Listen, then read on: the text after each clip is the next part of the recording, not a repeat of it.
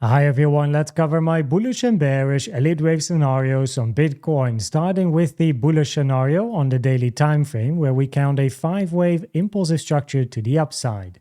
In this scenario, wave 4 is finished at the 89K low on top of the 0.382 Fibonacci, taken from the low of wave 2 to the high of wave 3, which is a common target for wave 4. Inside this wave 4, we then count a double zigzag, ABC zigzag in wave W, 3-wave corrective structure in a wave X, and another ABC to the downside in a wave Y. Now what is interesting about a double zigzag in a wave 4 is that actually the probabilities are quite low for that to happen, based on the data of Rich Swennell, who is an Elliott wave analyst that has collected over 10 years of Elliott wave data together with a very big group of other Elliott wave analysts. A WXY double zigzag in a wave 4 in a bullish trend only appears in 4% of the cases, which of course is low. The probabilities are higher to have a zigzag in a wave 4, 20% of the cases, a flat structure ABC, 35% of the cases, or a WXY sideways double combo in 22% of the cases. Now in the bullish scenario, this is quite simply a WXY. So this then would be one of those 4% wave 4s with internally a double zigzag. And then afterwards, we're looking for a wave 1 impulse, wave 2 correction, and a continuation to the upside. So the lower time frames are basically going to decide the probabilities of continuation. Now, if we then go to the lower time frame, the 1 hour, then this is what you're looking for. 1, 2, 3, 4, 5 wave structure in wave 1. And then over here, inside wave 2, we count a sideways double combo. So we have a flat in W, double zigzag in X, and then a zigzag to the downside in a wave Y, creating a WXY horizontal corrective structure. After wave Y, we then look for continuation to the upside. And in wave Y, we then have a zigzag. You could end, of course, wave C of Y of 2 over here. You don't necessarily need to take the lows of W, but it is possible that it happens. Nonetheless, you have a diagonal A, B, and then 1, 2, 3, 4, 5 in a wave C. Now we do have the weekend coming up, and with the weekend in mind, it is very rare to have a big wave 3 during the weekend, right? So preferably, if we are looking for impulsive continuation to the upside, that very impulsive wave 3 happens before the weekend, or what I think is actually more likely is that it then happens after the weekend, and that during the weekend you either now create a wave 1 today, right? A 5-wave structure, 1, 2, 3, 4, 5. Weekend is going to be a wave 2, and then you create a few smaller 1-2s, and then you continue up next week. And then this would be your weekend price action. That is something that I at least have in mind. Now you do like to end wave 2 after the 0.382 Fib time, which is the vertical line on my chart, taken from the start to the end of wave 1, comparing 1 in time with wave 2 in time. And that is exactly what happens in this WXY scenario. The invalidation is taking out the low at 89K. If we then look at the bearish scenario on the daily time frame, then the bearish scenario is a flat. So here we then have a wave 1, 2, 3, a flat in 4, and then a wave 5 to the upside. So in this particular scenario, your WXY is a subdegree count of your wave A. Then we have our wave B. Now wave B in a flat structure is most commonly a zigzag ABC, 5, 3, 5, or a double zigzag ABC in W, corrective structure in X, and another ABC to the upside in a wave Y. The most common wave B flat target area is the box here in white, sitting between about 113K and 116K. A less common, but still very relevant, wave B target area is the orange box. This is your expanded flat target area, and an expanded flat is the most common flat structure. And this is the target area for a regular flat, which is a less common flat structure. In both cases, however, you are looking for an impulse to the downside, a 5-wave impulsive structure that preferably takes out the low of wave A at 89K. Now that means that if we are looking for price to top and move towards the downside, and first of all, we need to count a high probability 3-wave structure to the upside, preferably, as mentioned, a zigzag or a double zigzag.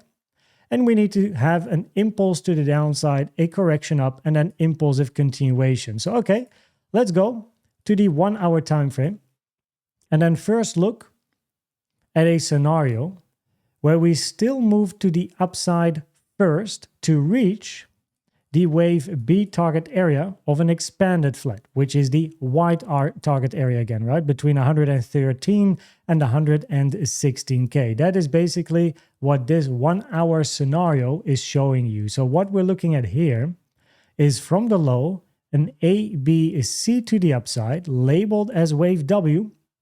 Then we have a sideways corrective structure in a wave X. And then we look for a 3-wave impulsive structure to the upside in a wave Y, a double zigzag. Now, what you do not want to see in this scenario is a retracement to the downside to the 0.7 over here, Fibonacci, at 94.1K, taken from the start to the end of W, as that would significantly reduce the probabilities for a double zigzag. Now, in this case, we are then working on our wave X. Wave X has the white subcount here, so we have a flat in W, zigzag in X, and then inside wave Y, we either look for a zigzag here, A, B, C. So sorry, in wave Y, we look for a zigzag, A, B, and then a wave C to the downside, or a triangle, A, B, C, D, E, and then a continuation to the upside. Now, we do have a little bit of support still also to the downside. First of all, we are ranging around support. As you can see, this white box here at like 101, 102K. And then to the downside, we have a point of control at 98.5, daily naked point of control at 96.8. But then we are here at 94.1, 94.6, which also has the 0.7. So preferably, we would avoid going down that low. Now, in this case, we then move to the upside, finish wave Y, and then you get your wave C to the downside, right? The most bearish scenario, but still it does not have the highest probabilities, would be what you see here on my chart. So in this case, this is your regular flat. 3-wave double zigzag in A, double zigzag in B, 1, 2, and now your wave 3, 4, 5 to the downside in C, preferably taking out the low of A, which obviously is not an invalidation. No idea why it says invalidation there. That would be your generally target for a wave C. But the reason that the probabilities for this scenario are not higher than the other two is actually because of your wave Y. So here we have A, B, C in W, flat in X, and then an A, B, C in wave Y. Even though structure-wise we can count an A, B, C, W flat in X and an ABC in a wave Y, and the absolute minimum target for a wave Y in a double zigzag is taking out the high of your W, which of course happened from a Fibonacci perspective and generally Elliott wave perspective. You want the wave Y to at least reach the 0.618 trend-based Fib extension target taken from the start to the end of W to the end of wave X, which we didn't touch. And your most common target area is actually between the 1 and the 1.236. Let me just do it like this here. So your most common target area would be all the way up here, 116 to 120K. So that is, of course, a lot higher than what this wave Y here has achieved. So therefore, the probabilities are lower for this particular scenario. If we then look at the CVD divergences, then of course, if we zoom out just a little bit, you can see we do have bullish CVD divergences, important. However, what in my opinion is even more important is that locally price has continuously moved to the downside with bearish CVDs. And those get priority. The more local CVDs are always more important than the higher time frame CVDs. So what we want to see for the bulls is to change market structure, we're working on it, and then create higher highs and higher lows supported by continuous bullish CVD divergences. You can see here, bearish market structure, bearish CVD, bearish CVD, bearish CVD, bearish CVD, bearish, bearish, right? You want to break that structure, break market structure, higher highs, higher lows, but then you want to see bullish CVD, bullish CVD, bullish CVD, right? That is something that is very attractive for price to then move towards the upside. And look at some of the resistance levels that we have. Daily naked point of control at 103.9, daily at 106.1, and then we get over here at 107 and 100.9K. If we then finally look at the probabilities, then on the daily time frame, if I also open my polylines folder, there we go, the probabilities are higher for price to take out the all-time high, and actually both in the bullish and the bearish scenario, which preferably is an expanded flat, because an expanded flat is your most common flat structure. But the target for an expanded flat is up here, and we haven't reached it. Right? So therefore, from an Elliott wave probability standpoint, knowing that, yes, maybe a flattened wave 4 is common, but an expanded flat is the most common flat, you preferably look for price to take out the all-time high still with the more local WXY scenario. Then on the number 2 spot here, we have a continuation that is the red line to the downside, which is a regular flat. A, B is finished, and C down. And inside this B, you then have that WXY with a very short wave Y, both in price and time. That is what impacts the probabilities negatively, and therefore here in the video at the end in the probability section, it appears on the number 2 spot. Now, of course, side note, right, based on the data of Rich Swannell, a flat is the most common wave 4 structure, 35% of the cases. A WXY double zigzag appears in 4% of the cases. It is not impossible, right? But it is something we can at least keep in mind. Of course, this can be one of your 4% wave 4s, but still, we just keep an eye on the data. On the 1 hour time frame, by the way, your white line and your blue line, those are the two higher probabilities ones. In both cases, you look for price to take out all-time high, right? Just summarizing that quickly. Then we then go to the 1 hour time frame. Then on the 1 hour time frame, zooming in, your probabilities are higher for the sideways WXY for a wave 2, so looking for 1, 2, and then eventually a 3 up, or wave X of a bigger WXY, W, X, and then a wave Y to the upside. The price action is relatively similar, right? So you are looking for the blue or the green polyline.